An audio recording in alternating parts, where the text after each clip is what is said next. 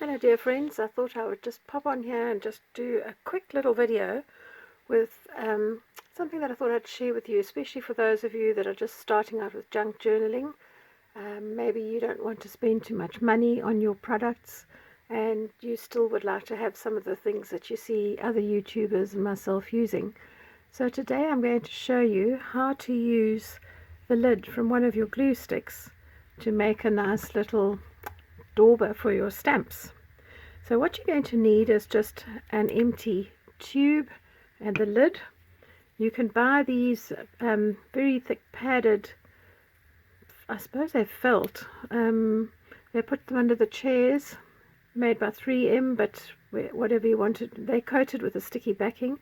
I just got these at Poundland and I find that they fit really nicely on top of a little glue stick lid. So I'm going to peel the backing off and I'm just going to stick it nicely onto the lid like that, and then just leave it for a few minutes to dry. Just give it a chance to grip before you start rubbing it with each other.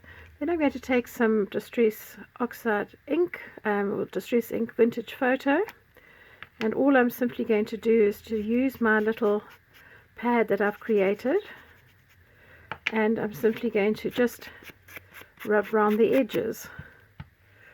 And for something that's virtually a freebie, other than just the cost of the little sort of Velcro pads that you'd put under the chairs, you've got yourself a very nice little inker until such time as you want to buy a professionally made one, for want of a better description. But I'm very happy that these work extremely well, and you could, at this rate, because they're so affordable to make, you would be able to have one for every color ink that you have in your stash, so they don't get terribly dirty.